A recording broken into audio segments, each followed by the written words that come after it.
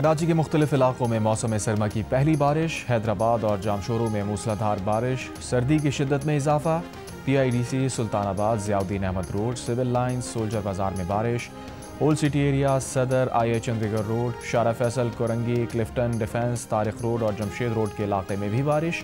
दादू, जैकबाबाद, लाड़काना में भी हल्की बारिश से ठंड बढ़ गई। बलूचिस्तान में कोयटा और गिरदनवा में बारिश। 40 से ज़ायद फीडर्स बंद कर दिए गए। कोयटा की स्मंगली, स्पनी रोड, मगरबी बाईपास अंधेरे में डूब गया। लसबेला, वंदर में भी बारिश। पेशावर, बन्नू, करक में बारिश। खैबर पख्तूनख्वा में बारिश का सिलसिला आइंदा चंद रोज तक जारी रहने का इम्कान।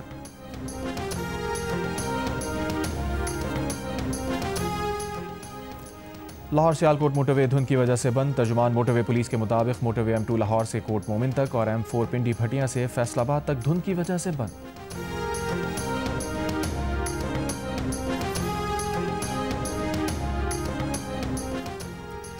मरी में दफ़ा 144 का नफास। DPO मरी के मुताबिक इक़दाम सयाह फैमिलीज़ को पुरअमन माहौल फराहम करने के लिए किया गया है।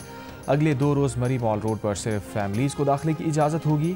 बैचलर टूरिस्ट मरी मॉल के सिवा दीगर मकामात पर जा सकते हैं। नए साल की शुरुआत में ही डबल डेकर बसेस कराची में चलाने जा रहे हैं। वो कल से सर्विस शुरू हो जाएगी। उसके बाद कराची के शहरियों को और मज़ीद सहूलियात जो हैं उसमें इजाफा होगा और ये शारा फैसल पे चलेंगी। मलीर से शारा फैसल तक जो है ये पूरी डबल डेकर बसेस चलेंगी। अब पैसेंजर्स को डबल जो है वो ख़र्चा या कोई हैसल नहीं होगा।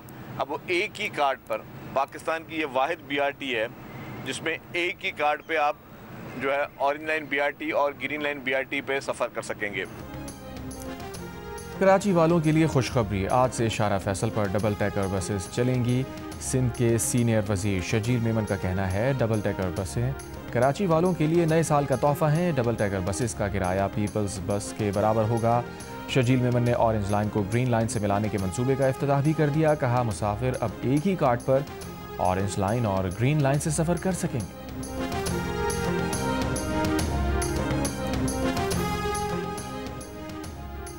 वज़ीर आज़म शहबाज शरीफ की सदर UAE शेख मोहम्मद बिन जायद अल नहयान से मुलाकात। रहीम यार खान के शेख जायद पैलेस में होने वाली मुलाकात में वज़ीर आज़म ने UAE से दिलीना ताल्लुकात को स्ट्रेटेजिक बाहमी फ़ायदे तक बढ़ाने के अज़म का अदा किया। वज़ीर आज़म ने UAE के साथ इक़्तिसादी शराकत दारी बढ़ाने के अज़म का भी अदा किया। वज़ीर आज़म ने दोनों ममालिक की जानिब से दो तरफ़ा तिजारत का हजम बढ़ाने की ज़रूरत पर जोर दिया।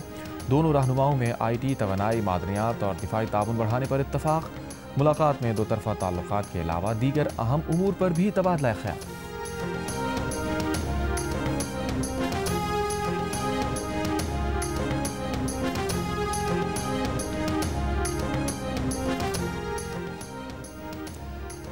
अमरीकी वज़ीर ख़ारजा मार्को रूबियो का इमारती हम मनसब शेख मोहम्मद अब्दुल्ला से टेलीफोनिक राबता, स्ट्रेटेजिक ताल्लुकात और इलाकाई उमूर पर तबादला ख्याल।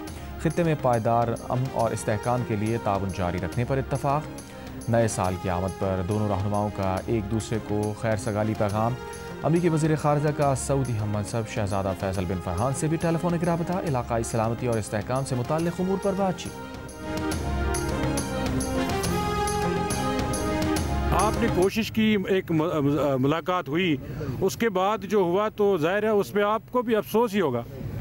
देखो क्या कह सकता हूँ, मैं तभी तो कह रहा था कि मैं अभी क्यों खड़ा हूँ। लेकिन मुझे तो समझ नहीं आ रही वाई आई एम स्टैंडिंग ये तो मैं कभी सोच ही नहीं सकता था मुलाकात, और उसके लिए हम इधर खड़े हों। आज मुलाकात की जो भीख हम मांग रहे हैं, दूसरों के साथ साथ इसमें अपनों का भी हाथ है। वानी PTI से मुलाकात ना होने पर पार्टी चेयरमैन बैरिस्टर गौहर का बेबसी का इजहार। कहा कभी सोचा नहीं था कि ये वक्त भी आएगा। हर बार इंतजार के बाद वापस चले जाते हैं। मुलाकात की भीख मांगने की नौबत आने में दूसरों के साथ साथ अपनों का भी हाथ है। तहरीक इंसाफ के चेयरमैन का कहना था कि तहरीक इंसाफ ने कभी मुज़ाकरात का दरवाज़ा बंद नहीं किया। उनके पास वानी PTI की कोई ऐसी हिदायत नहीं पहुँची। सुहेल आफरीदी के दौरा लाहौर पर बोले, ये दौरा पार्टी मुशावरत से नहीं वानी PTI की हिदायत पर था।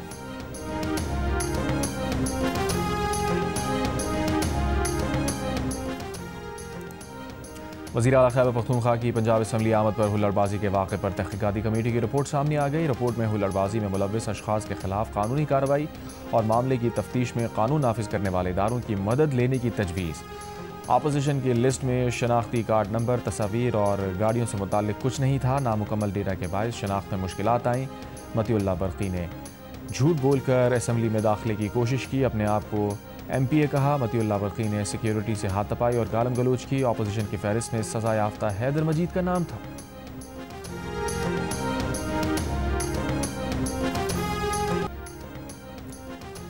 गजा में इंसानी बहरान बदस्तूर संगीन। 10 ममालिक के वज़राए ख़ारजा का मुश्तरका बयान में इसराइल से इमदाद की राह में हायल रुकावटें ख़त्म करने का मुतालबा। तल अवीव पर दबाव बढ़ाने वाले ममालिक में कैनेडा, बरतानिया, फ्रांस और दीगर ममालिक शामिल। मुश्तरका बयान में कहा, गजा में 16 लाख अफराद शदीद ग़िज़ाई अदम तहफ़्फ़ुज़ का शिकार हैं। सर्दी और बारिश से गजा में हालात मज़ीद ख़राब हो चुके। 13 लाख अफराद को फौरी पनाह की ज़रूरत है। मुतालबा किया अक़वाम मुत्तहिदा और UNRWA को मुकम्मल रसाई दी जाए। रफ़ा समेत तमाम गुज़रगाहें खोल कर इमदाद में इजाफ़ा किया जाए।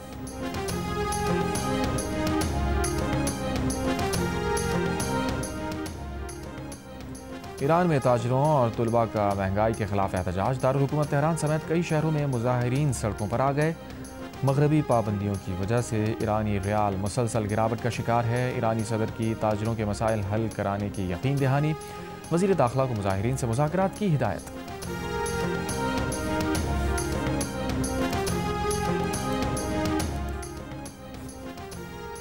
पचासवीं chief of army staff polo and tent pegging championship Jinnah polo fields Lahore में इख्तिताम पजीर। Field marshal chief of defence force Asim Munir इख्तितामी तकरीब में मेहमान खुसूसी थे। वज़ीर दाखिला मोहसिन नकवी और चीफ सेक्रेटरी पंजाब भी तकरीब में मौजूद थे। चैंपियनशिप में 8 टीम्स ने हिस्सा लिया। पेशावर कोर पहले, गुजरावाल कोर दूसरे नंबर पर रही। फील्ड मार्शल आसिम मुनीर ने जीतने वालों और शरीक खिलाड़ियों में इनामात तकसीम की।